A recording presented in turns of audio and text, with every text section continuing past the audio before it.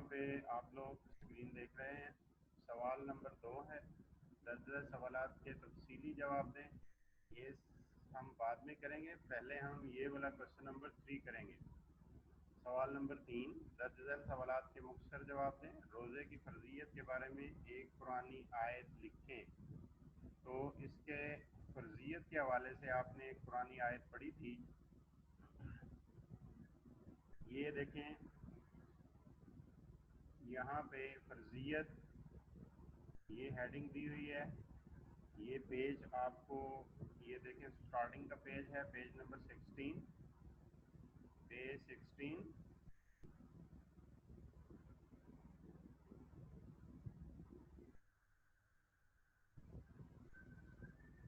ये page number 16 है। इसके बाद आप आए ज़रा इसके नीचे फर्जियत वाली हेडिंग में।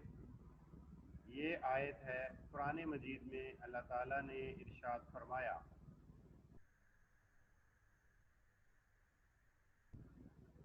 यहाँ से आप इसको लेंगे, कुरान मजीद में अल्लाह ताला ने इरशाद फरमाया।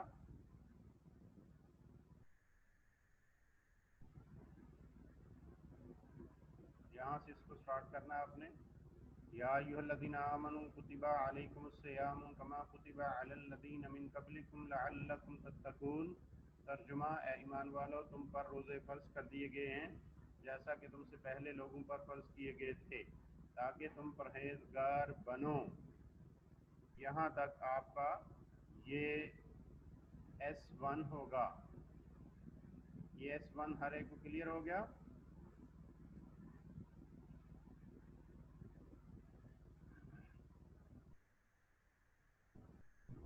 यहाँ से लेकर यहाँ तक ये क्या है, S1 है। मेरे बेटा क्लियर होगा हर एक के लिए। क्वेश्चन नंबर 1, कुरान मजीद में अल्लाह ताला फरमाता है, या अय्युहल्लज़ीना आमनू कुतिबा अलैकुमुस्सियामु कमा कुतिबा अलल्लज़ीना मिन क़ब्लिकुम लअल्लकुम तत्तकून। ए ईमान वालो, तुम पर रोज़े फ़र्ज कर दिए गए हैं जैसा कि तुमसे पहले लोगों पर फ़र्ज किए गए थे, ताकि तुम परहेजगार बनो। यहाँ मैं कुछ हैंड रेस देख रहा हूँ। जी मोहित सती बेटे, क्या प्रॉब्लम आ रहा है कोई? जी मोहित,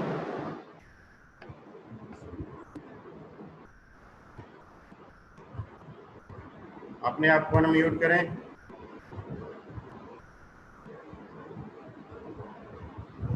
जी, किसी को कोई प्रॉब्लम नहीं है। ओके, क्वेश्चन नंबर 2 की तरफ जा रहे हैं हम। जी रजा इकबाल। हाँ जी सर हमने अरबी वाला पार्ट भी लिखना पड़ेगा। जी बेटा, क्या कह रहे हैं? सर ये जो ऊपर अरबी वाला पार्ट है ये भी लिखना पड़ेगा। Just a minute.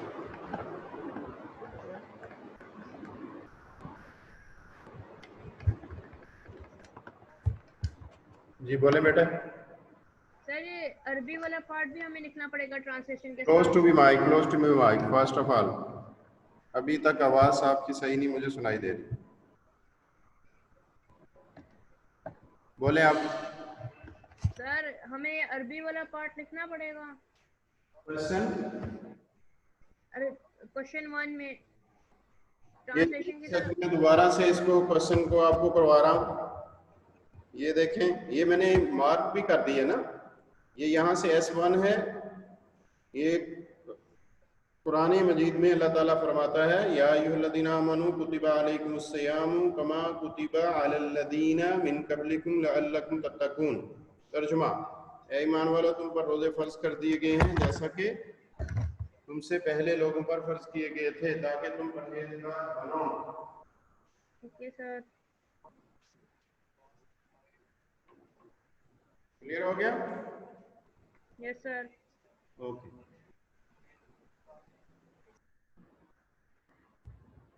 आगे नेक्स्ट है अगला क्वेश्चन। ये S2 है, रोजा अफ्तार करवाने वाले के लिए क्या अजर है। ये S2 रोजा अफ्तार करवाने वाले के लिए क्या अजर है।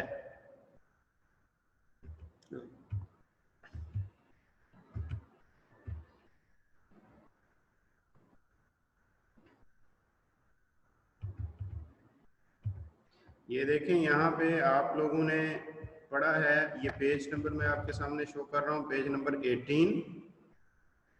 ये पेज 18 है। यहाँ से देखें,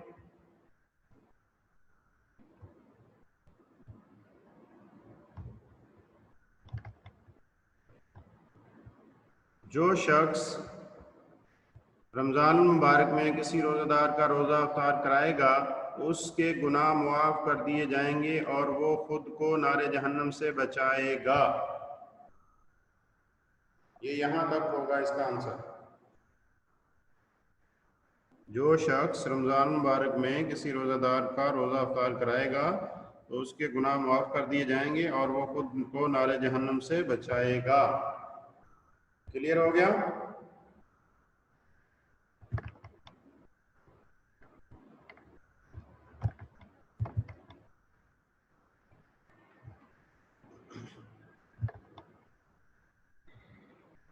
ये S2 है।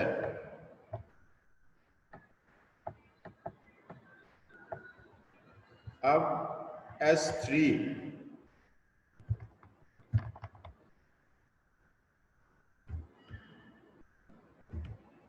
सवाल नंबर 3, पाकिस्तान किस इस्लामी महीने और तारीख को मार्ज़े वजूद में आया। कौन बता सकता है आप में से। इसका बड़ा आसान सा इसका आंसर था। जी शाबाश शाबाश अब्दुल जब्बार। और कौन बताएगा। अभी तक एक बच्चे ने हैंड रेस किया है। शाबाश अयान फैसल गुड, रजा इकबाल एक्सीलेंट। और जी अब्दुल जब्बार आप बता दें बेटे।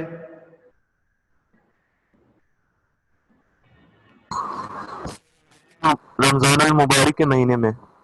Once again. रमजान मुबारक के महीने में पाकिस्तान आजाद हुआ। और आगे इसके दो चीजें बेटे बोलनी है ना, किस महीने और रात को। तारीख क्या थी। अब्दुल जब्बार बेटे तारीख बताएंगे। तारीख 27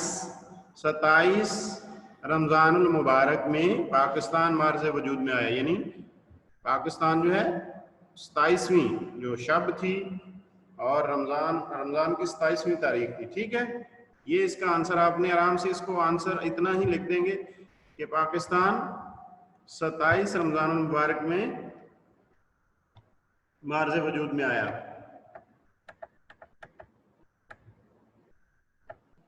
यहाँ पे मैं लिख रहा हूँ पाकिस्तान, बल्कि इसको मैं टेक्स्ट में लिख देता हूँ यहाँ।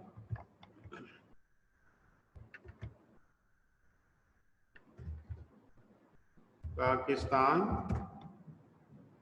इसको 27 ऐसे भी लिख सकते हैं आप और इसको यूं करके 27 भी लिखते हैं। 27 रमजान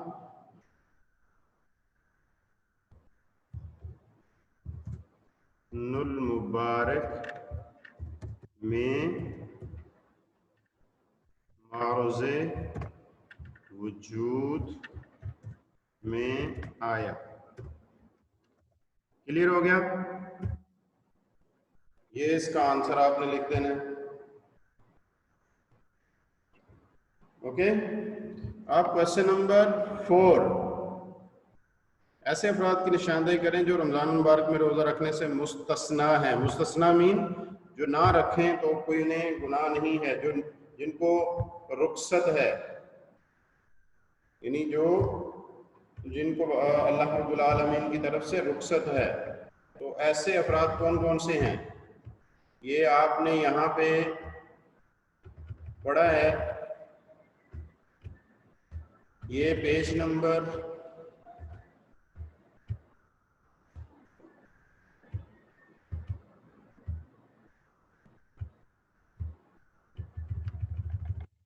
ये देखें page number 17, page 17।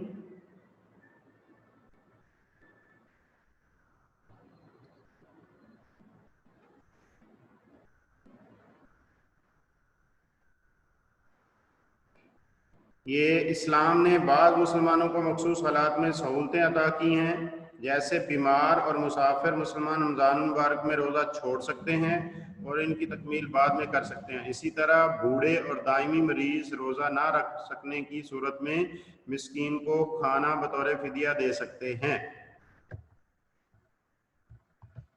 I think so ये आपके लिए क्लियर है। ये दोबारा मैं यहाँ पे मार्क भी इसको कर दूं। जी सर। वो बच्चे वाले ले रहे हैं। अच्छा अच्छा अच्छा जी। यहाँ से तो नहीं बढ़ता। I think so.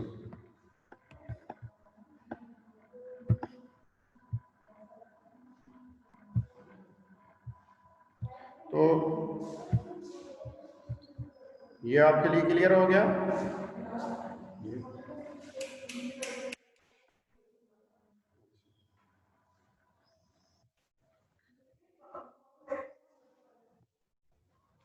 जी यहाँ पे इसका आंसर आपके सामने आ गया। आगे बढ़।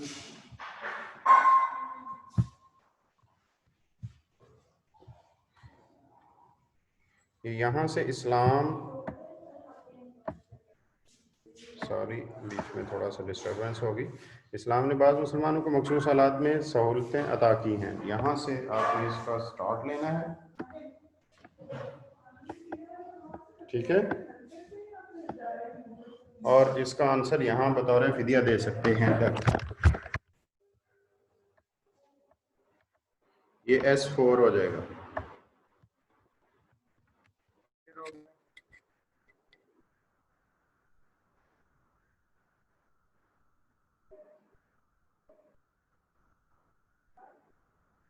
S4 क्लियर हो गया आरे के लिए।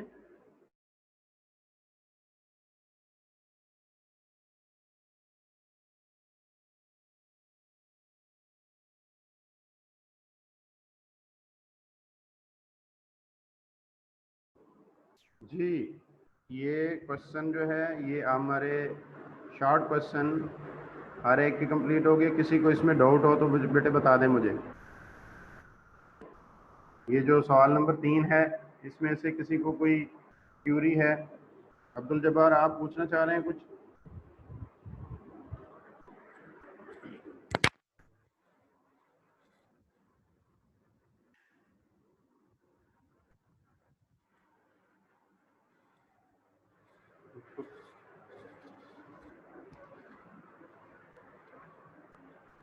जी अब्दुल जब्बार, कोई मसला नहीं है। अब हम पढ़ेंगे सवाल नंबर 2। ये देखें सवाल नंबर 2, दर्ज सवालात के तफसीली जवाब दें। कुरान और हदीस की रोशनी में रोज़े की फजीलत तहरीर करें। ये क्वेश्चन है, कुरान और हदीस की रोशनी में रोज़े की फजीलत तहरीर करें।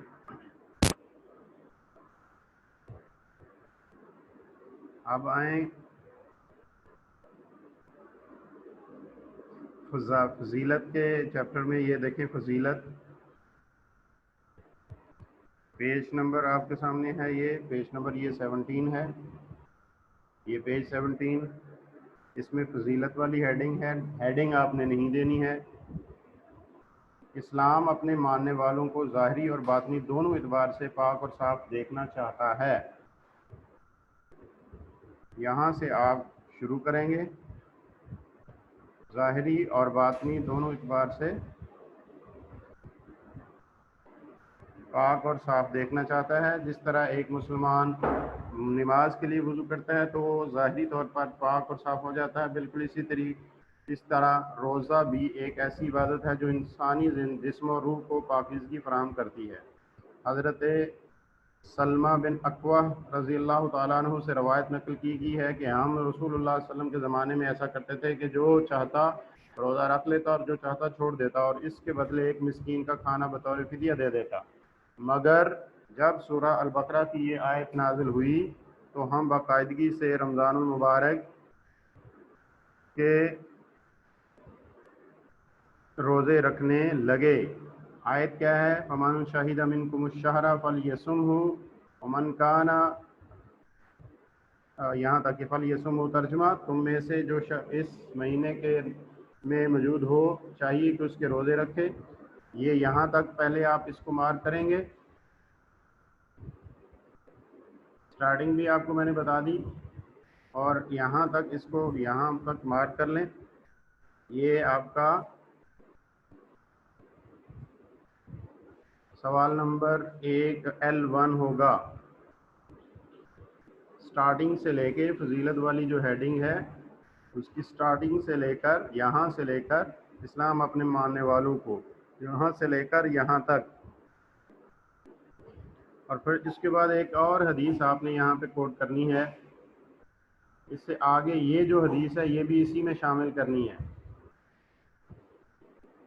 हज़रत अबू हुरैरा रज़ी अल्लाह ताला अन्हु से रवायत है, यहाँ से हज़रत अबू हुरैरा रज़ी अल्लाह ताला अन्हु से रवायत है कि अल्लाह के नबी हज़रत मोहम्मद सल्लल्लाहु अलैहि वसल्लम ने फरमाया कि जब रमज़ान आता है तो रहमत के दरवाज़े खोल दिए जाते हैं, जहन्नम के दरवाज़े बंद कर दिए जाते हैं और शैतान को जंजीरों से जकड़ दिया जाता है। ये भी L1 है। ठीक हो गया? L1 में यहाँ तक पहले बिगनिंग से लेकर फजीलत वाली हेडिंग से लेकर यहाँ तक, और फिर ये वाली जो लाइन है बीच में ये स्किप करनी है, ये नहीं लिखनी है। फिर वहाँ यहाँ से फिर L1 ही है। क्लियर हो गया हर एक के लिए? अब नेक्स्ट क्वेश्चन,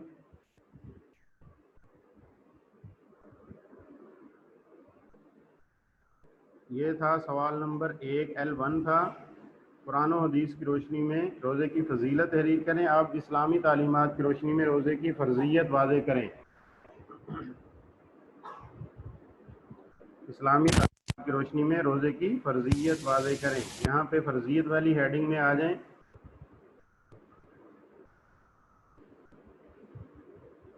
ये देखें, ये पेज नंबर है 16, ये पेज 16। इसके बाद ये फ़र्ज़ियत की हेडिंग नहीं देनी है। इस्लामी यहाँ से ही स्टार्टिंग से ही इसको शुरू कर लेना है। ये L2 हो रहा है। इस्लामी इबादत में फ़र्ज़ इबादत वो है जिसे बजा लाना हर मुसलमान के लिए लाजिम होता है और इसकी अदायगी हर मुसलमान के लिए ज़रूरी होती है।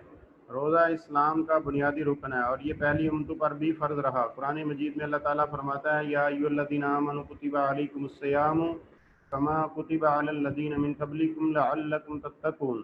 तर्जुमा, ए ईमान वालो, तुम पर रोज़े फ़र्ज़ कर दिए गए हैं जैसा कि तुमसे पहले लोगों पर फ़र्ज़ कर दिए गए थे ताकि तुम परहेज़गार बनो।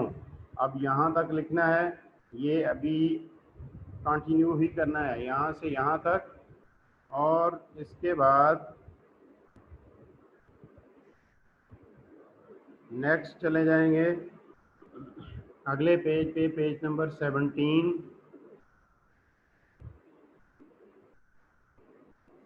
ये इस आयत मुबारका में जहाँ रोज़े का फ़र्ज़ होना साबित है वहाँ इससे फ़र्ज़ करने की हिकमत भी बयान की गई है और वो तक़वा का हुसूल है। बस यहाँ तक आप करेंगे तो ये आपका L2 हो जाएगा। शुरू से लेकर यहाँ तक आप इसको लिखेंगे तो ये आपका L2 होगा।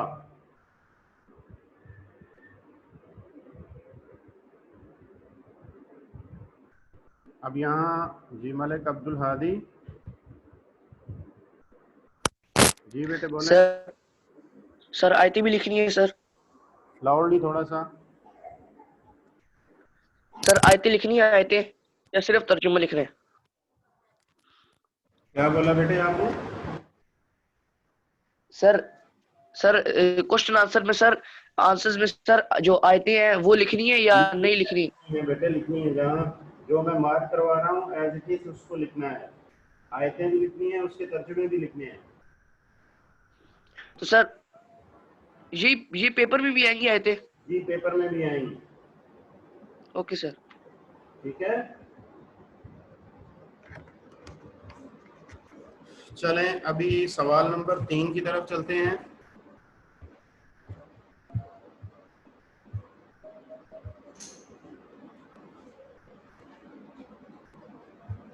ये देखें क्वेश्चन नंबर 3, रोज़े के इज्तिमाई फ़वाइद और असरात तफसील से बयान करें। यहाँ सिर्फ इज्तिमाई फ़वाइद लिखने हैं। ये आपका जो फ़वाइद वाला ये जो हेडिंग थी ऊपर, रोज़े के फ़वाइद और मुआशरती असरात,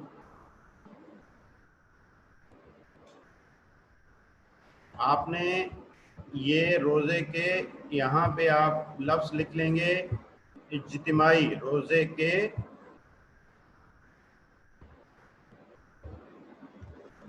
इज्तिमाई, बस ये लफ्ज़ लिखेंगे रोज़े के इज्तिमाई फ़वाइद और मुआशरती असरात, ये हेडिंग देंगे।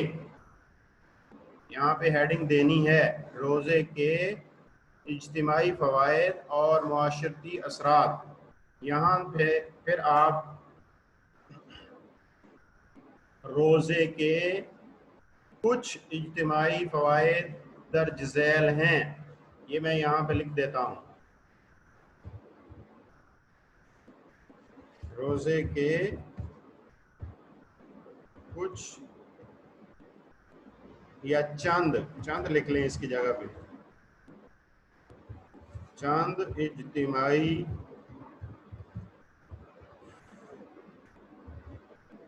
फ़वाइद दर्ज झैल हैं। ठीक हो गया,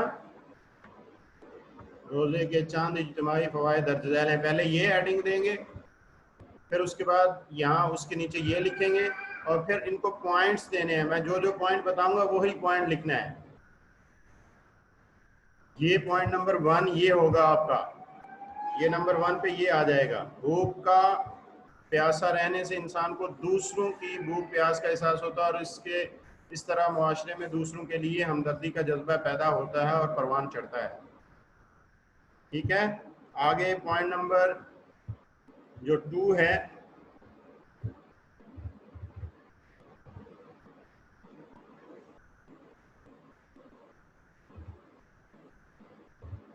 ये पॉइंट नंबर 2 होगा। यहाँ पे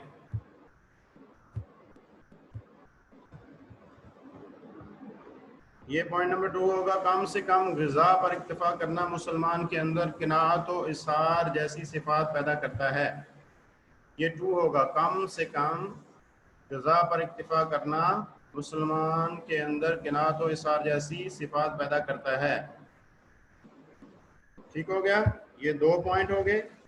इसके बाद अगला पेज नंबर 19 पे आ जाएं। ये जो ये वाला पॉइंट है, ये दूसरा पॉइंट है। इसमें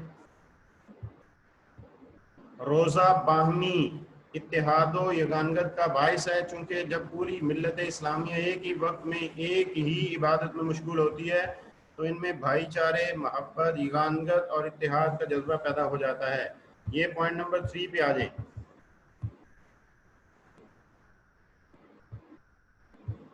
ये आपका 3 हो जाएगा। उसके बाद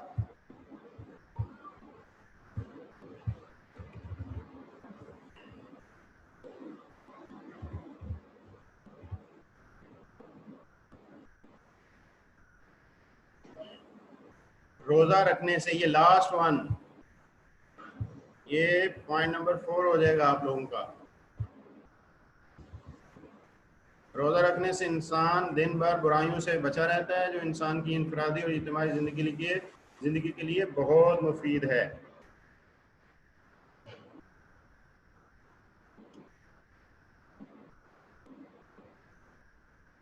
और इसके बाद ये पॉइंट नंबर 5 आपका यहाँ होगा,